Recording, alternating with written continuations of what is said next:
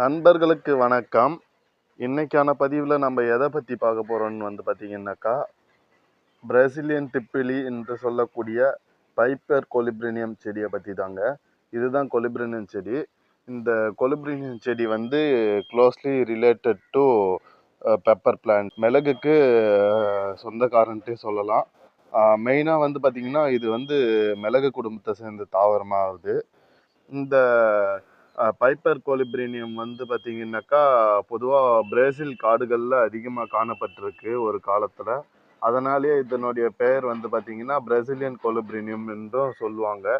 இந்த பைப்பர் கொலிப்ரினியம் பார்த்தீங்கன்னா செடி எதுக்கு மெயினாக அதிகமாக வளர்க்குறாங்கன்ட்டு பார்த்தீங்கன்னாக்கா, மிளகு ஒட்டு கட்டுறதுக்காக அதிகமாக இந்த பைப்பர் கொலிப்ரினியம் செடி வளர்க்குறாங்க. எனக்குமே இங்கே எங்கேயும் லோக்கலில் கிடைக்கல. ஒன்று கர்நாடகா பெங்களூரில் கிடைச்சிது.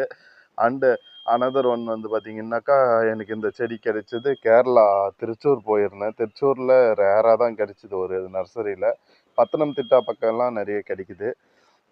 இந்த பைப்பர் கொலிப்ரினியத்தோடைய ஸ்பெஷல் என்னடான்னு பார்த்தீங்கன்னா, இதுக்கு நோய் தாக்கம் அதிகம் வர்றது கிடையாது. மிளகுக்கு பொதுவாகவே பார்த்தீங்கன்னா ஃபங்கல் இன்ஃபெக்ஷனான phytophthora capsici infection, foot rot disease வரும், ஃபங்கல் இன்ஃபெக்ஷனு.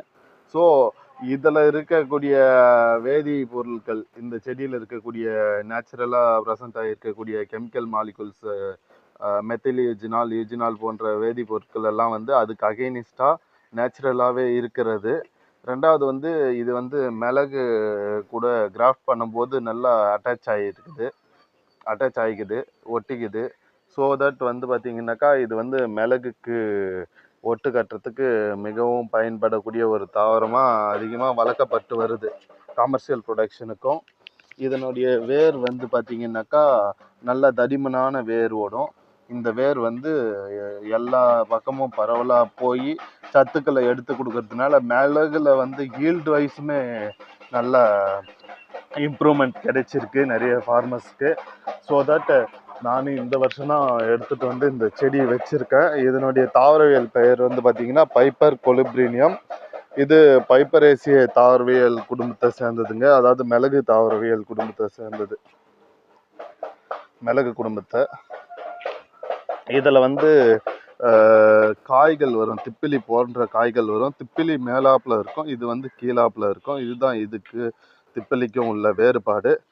உங்களுக்கு இந்த வீடியோ பிடிச்சிருக்குன்னு நினைக்கிறேன். மேலும் தகவலுக்கு நம்ம சேனலை சப்ஸ்கிரைப் பண்ணுங்கள். தேங்க்ஸ் ஃபார் வாட்சிங்.